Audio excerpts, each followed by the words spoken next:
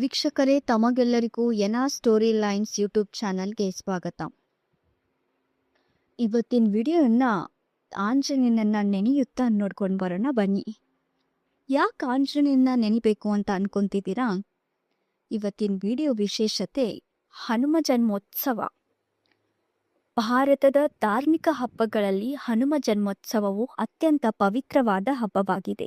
ಈ ದಿನವನ್ನು ಹನುಮಂತ ಜನ್ಮದಿನದ ಸ್ಮರಣಾರ್ಥಕವಾಗಿ ಭಕ್ತಿಭಾವದಿಂದ ಆಚರಿಸಲಾಗುತ್ತದೆ. ಹನುಮಂತನು ಶಕ್ತಿ, ಭಕ್ತಿ, ಧೈರ್ಯ ಮತ್ತು ನಿಷ್ಠೆಯ ಪ್ರತೀಕನಾಗಿದ್ದಾನೆ. ಹನುಮಂತನು ರಾಮಾಯಣ ಮಹಾಕಾವ್ಯದಲ್ಲಿ ಮಹತ್ವದ ಪಾತ್ರ ವಹಿಸಿದ್ದಾನೆ. ಅವನು ಶ್ರೀರಾಮನ ಅತ್ಯಂತ ಭಕ್ತನಾಗಿದ್ದು ರಾಮನ ಸೇವೆಯಲ್ಲಿ ತನ್ನ ಜೀವನವನ್ನೇ ಸಮರ್ಪಿಸಿದ್ದಾನೆ. ಅವನ ಭಕ್ತಿ ಮತ್ತು ಸೇವಾಭಾವ ಎಲ್ಲರಿಗೂ ಪ್ರೇರಣೆಯಾಗಿದೆ.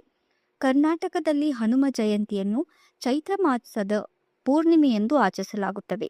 ಈ ದಿನ ದೇವಸ್ಥಾನಗಳಲ್ಲಿ ವಿಶೇಷ ಪೂಜೆ, ಅಭಿಷೇಕ, ಅಲಂಕಾರ ಮತ್ತು ಹನುಮ ಚಾಲೀಸ್ ಪಠಣ ಮಾಡುತ್ತದೆ. ಭಕ್ತರು ಉಪವಾಸವಿದ್ದು ದೇವಾಲಯಕ್ಕೆ ಭೇಟಿ ನೀಡಿ ಪ್ರಾರ್ಥನೆ ಸಲ್ಲಿಸುತ್ತಾರೆ. ಹನುಮಂತನ ಭಕ್ತರು ಅವನಂತೆ ಶಕ್ತಿ, ಧೈರ್ಯ ಮತ್ತು ವಿನಯವನ್ನ ತಮ್ಮ ಜೀವನದಲ್ಲಿ ಅಳವಡಿಸಿಕೊಳ್ಳಲು ಸಂಕಲ್ಪ ಮಾಡುತ್ತಾರೆ. ಹನುಮಂತನ ಜನ್ಮಕಥೆ ಬಹಳ ಪವಿತ್ರವಾಗಿದೆ. ಅಂಜನಾದೇವಿ ಮತ್ತು ಕೇಶರಿಯವರ ಪುತ್ರನಾದ ಹನುಮಂತನು ವಾಯುದೇವನ ಅನುಗ್ರಹದಿಂದ ಜನಿಸಿದ್ದಾನೆ. ಆದ್ದರಿಂದ ಅವನನ್ನು ವಾಯುಪುತ್ರ ಎಂದು ಕರೆಯುತ್ತಾರೆ.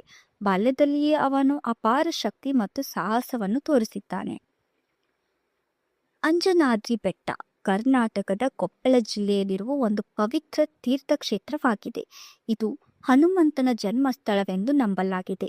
ಈ ಬೆಟ್ಟವು ಹಂಪಿ ಸಮೀಪದಲ್ಲಿದೆ ಮತ್ತು ತುಂಗಭದ್ರಾ ನದಿಯ ಸುತ್ತಲೂ ಸುಂದರ ಪ್ರಕೃತಿ ಸೌಂದರ್ಯದಿಂದ ಕಂಗೊಳಿಸುತ್ತದೆ.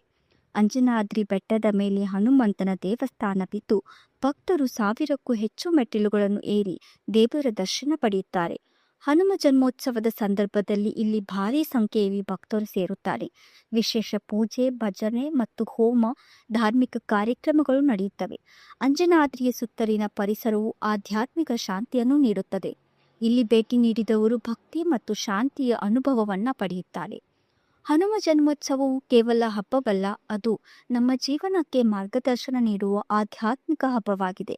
ಅಂಜನಾದ್ರಿಯಂತಹ ಪವಿತ್ರ ಸ್ಥಳಗಳು ನಮ್ಮ ಭಕ್ತಿಯನ್ನು ಇನ್ನಷ್ಟು ಗಟ್ಟಿಗೊಳಿಸುತ್ತವೆ.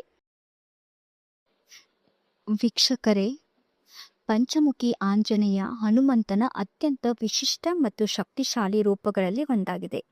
ಪಂಚಮುಖಿ ಎಂದರೆ 5 ಮುಖಗಳನ್ನು ಹೊಂದಿರುವ ರೂಪ ಎಂದು ಅರ್ಥ. ಈ ರೂಪದಲ್ಲಿ ಹನುಮಂತನು 5 ವಿಭಿನ್ನ ದೈವಿಕ ಮುಖಗಳನ್ನು ಹೊಂದಿದ್ದು ಪ್ರತಿ ಮುಖಕ್ಕೂ ವಿಶೇಷ ಶಕ್ತಿ, ಮಹತ್ವವಿದೆ. ಪಂಚಮುಖಿ ಆಂಜನೇಯನ 5 ಮುಖಗಳು ಹೀಗಿವೆ.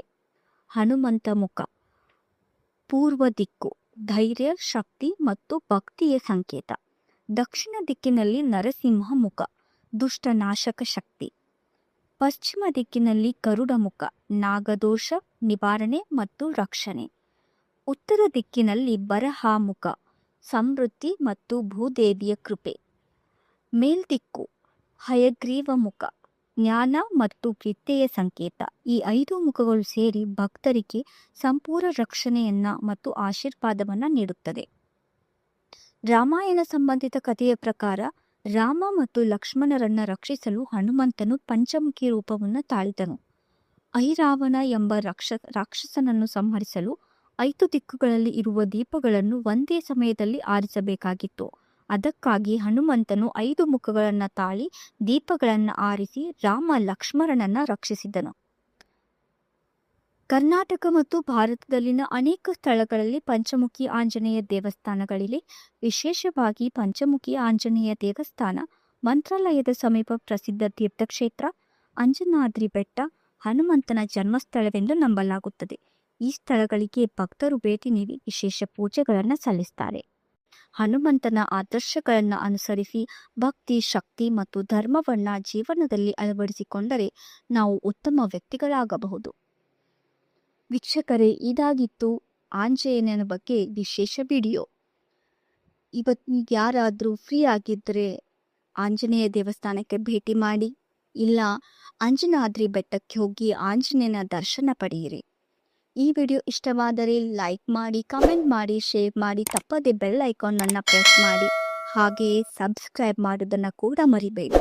ಮತ್ತೆ ಭೇಟಿಯಾಗೋಣ ಮುಂದಿನ ವಿಡಿಯೋದಲ್ಲಿ. ಧನ್ಯವಾದಗಳು.